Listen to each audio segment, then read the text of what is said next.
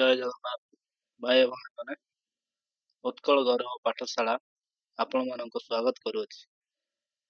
ଆମ ଉତ୍କଳ ଗୌରବ ପାଠଶାଳା ଆପଣମାନଙ୍କୁ ବହୁତ ସାରା ଭଲ ଭଲ କଣ୍ଟେଣ୍ଟ, ଭଲ ଭଲ ଭିଡ଼ିଓ ନିଶ୍ଚୟ ଭାବରେ ପ୍ରୋଭାଇଡ଼ କରିବ ଏବଂ ଏହି କଣ୍ଟେଣ୍ଟ, ଏହି ଭିଡ଼ିଓ ବିଶେଷ କରି ସେହି ପିଲାମାନଙ୍କ ପାଇଁ ବେଶ ଉପଯୋଗୀ ହୋଇପାରିବ ଯେଉଁ ପିଲାମାନେ ଆମର ରାଜ୍ୟ ସରକାର ଅଧୀନରେ କିମ୍ବା କେନ୍ଦ୍ର ସରକାର ଅଧୀନରେ ସରକାରୀ ଚାକିରିଟିଏ କରିବା ପାଇଁ ଯେଉଁ କମ୍ପିଟିଟିଭ୍ ଏକ୍ଜାମ୍ ପାଇଁ ପ୍ରସ୍ତୁତି କରୁଛନ୍ତି ତାଙ୍କ ପାଇଁ ବହୁତ ହେଲ୍ପଫୁଲ୍ ହେଇପାରିବ। ତେଣୁ ଆସନ୍ତୁ ଆମ ଚ୍ୟାନେଲ୍ ସହିତ ଯୋଡ଼ି ହୁଅନ୍ତୁ।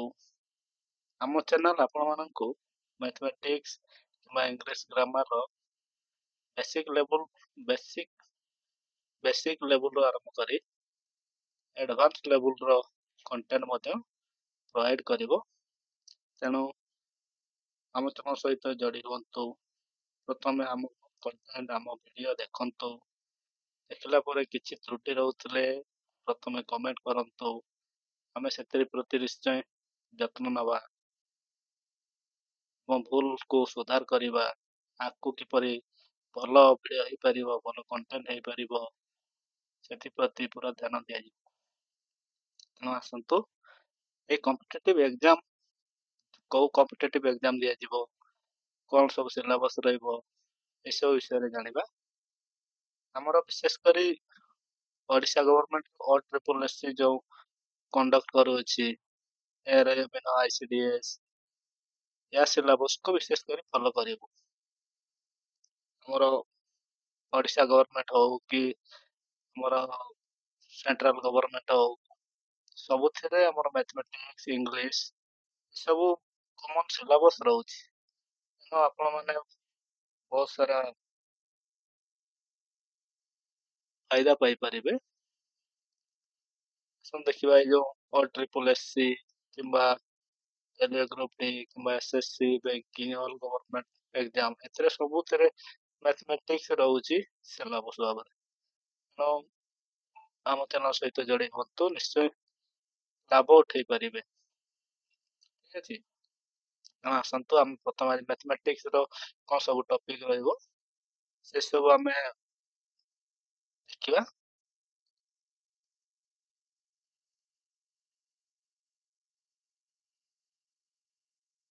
ପ୍ରଥମ ତ ମ୍ୟାଥମେଟିକ୍ସର ବେସିକ୍ ନମ୍ବର ସିଷ୍ଟମ୍ ଦେଖିବା, HCF, LCM, square root, cube root, percentage, average, ratio proportion, simplification, profit loss, discount, simple interest, compound interest, problem based on ages, work and time, investment and share, pipe and cistern, ଆସିବ ଆମର mixture alligation, 2D 3D mensuration, trigonometry, ଏସବୁ mathematics ଭିତରେ ରହିବ।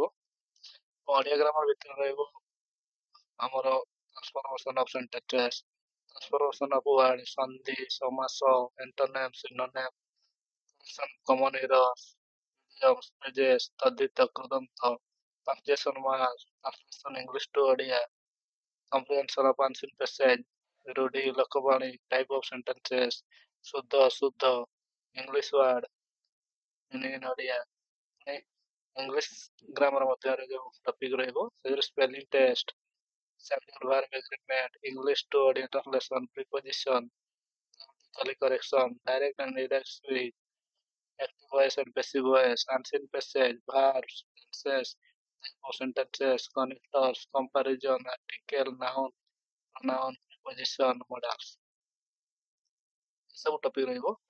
ଆସନ୍ତୁ ମ୍ୟାଥମେଟିକ୍ସର ପୁଣି କ'ଣ ରହିବ, ଏ ଯେଉଁ ନମ୍ବର ସିଷ୍ଟମ୍ କହିଲେ ନମ୍ବର ସିଷ୍ଟମ୍ ଭିତରେ ଆମେ ପଢ଼ିବା କ'ଣ କ'ଣ।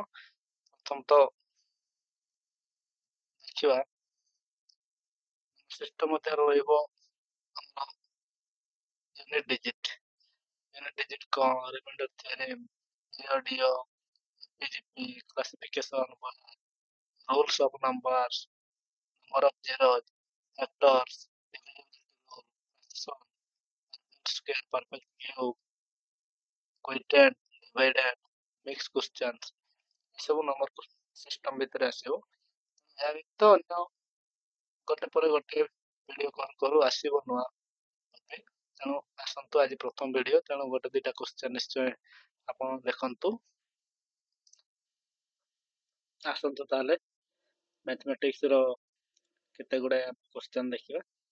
ପ୍ରଥମ 1 ନମ୍ବର ଦେଖନ୍ତୁ, 73 ଗୁଣ 45। ସେ ପଚାରିଛି what is the unit digit.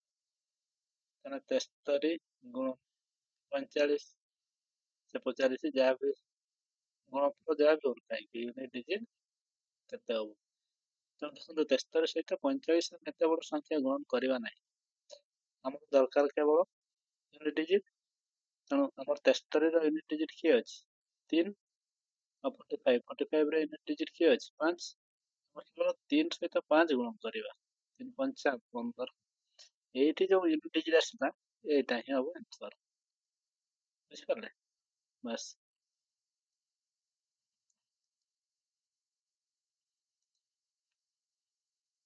ତାପରେ ଦେଖନ୍ତୁ 2 ନମ୍ବର ଦେଇଛି 21 ଗୁଣ 22 ଗୁଣ 23 ଗୁଣ 24। ପଚାରିଛି what is the unit digit. ଗୁଣଫଳ ଯାହା ହଉ କାହିଁକି ଡିଜିଟ୍ କ'ଣ? ଏଠି ମଧ୍ୟ ସେଇଭଳିଆ ୟୁନିଟ୍ ଡିଜିଟ୍କୁ ହିଁ ଦେଖିବା। 21 ସହିତ 22 ଗୁଣନ କରିବାନି, କି 22 ସହିତ 23 ଗୁଣନ କରିବାନି, କିମ୍ବା 23 ସହିତ 24 ଗୁଣନ କରିବାନି। ଦେଖିବା ୟୁନିଟ୍ ଡିଜିଟ୍। 1 ସହିତ 2 1 2 2, 2 ସହିତ 3 ଗୁଣନ ହବ 2 3 6, 6 ସହିତ 4 ଗୁଣନ କରିବା 6 6 24। 24ରେ ୟୁନିଟ୍ ଡିଜିଟ୍ କିଏ ଆସିଲା? 4। ତେଣୁ ଆପଣଙ୍କର ୟୁନିଟ୍ ଡିଜିଟ୍ 4 ହବ। ତେଣୁ ଆପଣ ଗୁଣ କରିକି ଦେଖିବେ 21 ସହିତ 22 23 24 ଯାହା ବି ହଉନା କାହିଁକି ତାର ଗୁଣଫଳ ୟୁନିଟ୍ ଡିଜିଟ୍ରେ 4 ଆସିବ। ତେଣୁ ଏତେ ବଡ଼ ସଂଖ୍ୟାକୁ ଗୁଣନ କରିକି ଆମେ କମ୍ପିଟେଟିଭ୍ ଏକ୍ଜାମ୍ ଦେଉଅଛୁ, ତେଣୁ ଆମେ ଯେତେ ସର୍ଟକଟ୍ ଦରକାର, ସର୍ଟକଟ୍ ବି ହେଇଥିବା ଦରକାର, ଯେ ବୁଝିଲା ଭଳି। ତେଣୁ ଆପଣ ନିଶ୍ଚୟ ବୁଝିପାରୁଥିବେ ବୋଲି ମୋର ବିଶ୍ୱାସ। ତେଣୁ ଆଗକୁ ଦେଖିବା ନେକ୍ସଟ କ୍ୱେଶ୍ଚନ୍ କ'ଣ କହୁଛି। 3 ନମ୍ବର ଦେଖନ୍ତୁ 231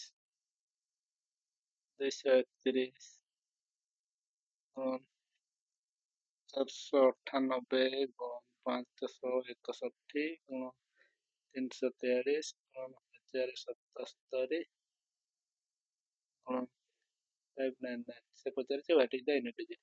ଏଠି ବି ଦେଖନ୍ତୁ, ଏଠି ବି ସେଇଭଳିଆ ୟୁନିଟ୍ ଡିଜିଟ୍ କୁ ନେବା। 1 ସହିତ 1 8 8 କେ 8 8 3 24। ଏଇଠି ୟୁନିଟ୍ ଡିଜିଟ୍ ନେବା, ଆମର 2 ଡିଜିଟ୍ ଦରକାର ନାହିଁ। 4 7 28, ପୁଣି ଏଠି 2 ଡିଜିଟ୍ ହେଲା, 2 ଡିଜିଟ୍ ଦରକାର ନାହିଁ ଆମର, ୟୁନିଟ୍ ଡିଜିଟ୍କୁ ହିଁ ନେବା। 8 9 72। ତେଣୁ ଆମର ୟୁନିଟ୍ ଡିଜିଟ୍ ଯାହା ବି ଗୁଣଫଳ ହଉନା କାହିଁକି ୟୁନିଟ୍ ଡିଜିଟ୍ 2 ହବ ହିଁ ହବ। ଏଇଟା ହବ ଆନ୍ସର। ବୁଝିପାରିଲେ? ସେଇଭଳି ବହୁତ ସହଜ ଅଙ୍କ, ଥରେ ଯିଏ ବୁଝିବ ସେ ସବୁଦିନ ପାଇଁ ମନେ ରଖିଦବ। ଯୋଉ ପିଲାମାନେ ଗଣିତକୁ ବହୁତ ବଡ଼ କଠିନ ବିଷୟ ଲାଗୁଛନ୍ତି ତାଙ୍କ ପାଇଁ ଏହା ବହୁତ ସହଜ ହେଇପାରିବ, ବହୁତ ସରଳ ହେଇପାରିବ। ଆମେ ଏମିତି କଣ୍ଟେଣ୍ଟ ଯୋଗେଇଦବୁ ଯାହାଫଳରେ ଯୋଉ ପିଲାମାନେ ଥରେ ଶିଖି ଯିବେ ନା, ସେ କେବେ ଭୁଲିବେ ନାହିଁ। ଠିକ ଅଛି, ଆସନ୍ତୁ 4 ନମ୍ବର କ୍ୱେଶ୍ଚନ୍ ଦେଖିବା। 4 ନମ୍ବର ଦେଇଛି 61 into 62 into 63 into 64, ତ ଏଇଭଳିଆ into 69। ପଚାରିଛି what is the unit digit. ଗୁଣଫଳ ଯାହା ବି କାହିଁକି ୟୁନିଟ୍ ଡିଜିଟ୍ କ'ଣ? ଦେଖିବା ୟୁନିଟ୍ ଡିଜିଟ୍ କୁ ହିଁ ନେବା। 1 ସହିତ 2 1 2 2 2 3 6 6 6 24, ପୁଣି ଏଠି 65 4 5 20। ଏଠି ଦେଖନ୍ତୁ ଥରେ 0 ହେଲା ପରେ ନେକ୍ସଟ 66 ଆସିବ। 66 ର ୟୁନିଟ୍ ଡିଜିଟ୍ 6, ତେଣୁ 6 ସହିତ ଗୁଣ ହେଲେ 0, ପୁଣି ଆସିବ 0 0, ପୁଣି 67 ର ୟୁନିଟ୍ ଡିଜିଟ୍ 7, 0 ସହିତ 7, ଏଭଳିଆ 0। ନେକ୍ସଟ ଯେତେ ବି ସଂଖ୍ୟା ଆପଣମାନେ ଜାଣିଥିବେ 0 ସହିତ ଯେକୌଣସି ସଂଖ୍ୟା ଗୁଣ ନେଲେ ସେ 0 ହିଁ ହବ। ଆଉ ଏଇଠି ଦେଖନ୍ତୁ 65, ଏଇ ଯୋଉ ଚାଲିଥିଲା ଗୋଟେ କ୍ରମାନ୍ୱୟରେ 61 62 63 64 65 65 ଆସିଲା। ଏଇ ଯୋଉ 65, ଏଇ 5 ଗୋଟେ ଏମିତି ସଂଖ୍ୟା ଯୋଉ ସଂଖ୍ୟା ସହିତ ଯେକୌଣସି ଇଭେନ୍ ନମ୍ବର ଗୁଣନ ହେଲେ ଗୁଣଫଳ 0। ବୁଝିପାରିଲେ? ତେଣୁକି ଥରେ ଯଦି 0 ଆସିଗଲା ଏଇଠି, ଏଇ ଯୋଉ 4 ସହିତ 5 ଯୋଉ ଗୁଣ ଯାହା ବି ସଂଖ୍ୟା ଆସୁ ସେ 0 ହିଁ ହବ। ତେଣୁ ୟୁନିଟ୍ ଡିଜିଟ୍ 0 ହିଁ ଆସିବ। କଣ ଜାଣିଥିବେ? ଏମିତି କୁହନ୍ତିନି କି 0 से जो टकराएगा 0 0 हो जाएगा। ସେଇଭଳି ବୁଝିପାରିଲେ?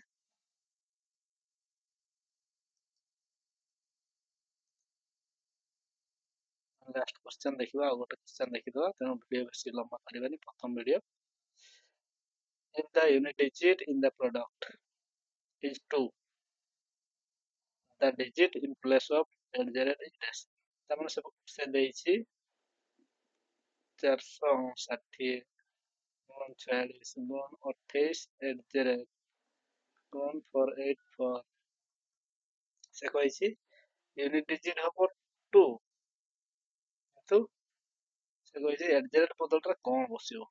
ଦେଖନ୍ତୁ ୟୁନିଟ୍ ଡିଜିଟ୍ ରେ ଗୁଣ କରିବା 9 ସହିତ 6 954, 4 4 ସହିତ ୟା ସହିତ ହବନି, ଏଠି ଗୁଣ କରିବା 4 6 16, ପୁଣି 6 ରେ adjoint ଗୁଣ ହବ, ଯାହାଫଳରେ ୟୁନିଟ୍ ଡିଜିଟ୍ 2 ଆସିବ। 6 ରେ କେତେ ଗୁଣ କଲେ ତାହେଲେ ୟୁନିଟ୍ ଡିଜିଟ୍ 2 ଆସିବ। 1 ତ 6 ଦୁଣେ ଗୁଣ କଲେ 12 ହେଇପାରିବ, ଏଇଟା ସମ୍ଭାବନା ଅଛି। ପୁଣି ଦେଖିବା 6 ସହିତ କେତେ ଗୁଣ କଲେ 17 24 24 30 6 7 42, 6 7 42, ତେଣୁ ଏଇଟା ହେଇପାରିବ। 1 ତ ଏଠି 2 ନାହିଁ, ଅପସନରେ ହିଁ 2 ନାହିଁ, ତେଣୁକରି ଅପସନରେ କି ଅଛି 7 ଅଛି, ତେଣୁ 7 ଆନ୍ସର ହବ। ତେଣୁ adjoint ବଦଳରେ ଏଠି 7 ବସିବ। ବୁଝିପାରିଲେ? ବାସ୍ ଏଇଭଳି ଆମ କଣ୍ଟେଣ୍ଟ ରହିବ। ଏଟା ତ ୟୁନିଟ୍ ଡିଜିଟ୍ ର ପ୍ରଥମ। ନେକ୍ସଟ ଭିଡ଼ିଓରେ ଆମେ ୟୁନିଟ୍ ଡିଜିଟ୍ ର ପ୍ରଥମରୁ ଆମେ ଡେସ୍କ୍ରାଇବ୍ କରିବୁ। ତେଣୁ ଆପଣଙ୍କ ବହୁମୂଲ୍ୟ ସମୟ ଆମ ଚ୍ୟାନେଲକୁ ଦେଇଥିବାରୁ ଅଶେଷ ଧନ୍ୟବାଦ। ପ୍ରଥମେ ତ କଣ୍ଟେଣ୍ଟ ମୋ ଭିଡ଼ିଓ ଆପଣଙ୍କୁ କେମିତି ଲାଗିଲା ପ୍ରଥମେ କମେଣ୍ଟ କରି ଜଣାନ୍ତୁ। ତାପରେ ଭଲ ଲାଗିଲେ ଲାଇକ୍ କରନ୍ତୁ, ମୋ ସାଙ୍ଗସାଥିମାନଙ୍କୁ ସେୟାର କରନ୍ତୁ ଏବଂ ସବସ୍କ୍ରାଇବ୍ କରିବା ପାଇଁ ଭୁଲିବେ ନାହିଁ, ଯାହାଫଳରେ ମୋ ପ୍ରଥମ ଭିଡ଼ିଓ ଆପଣମାନଙ୍କ ପାଖକୁ ପହଞ୍ଚେଇ ପାରିବ। ଠିକ୍ ଅଛି? ବାସ୍ ଧନ୍ୟବାଦ, ଥ୍ୟାଙ୍କ ୟୁ।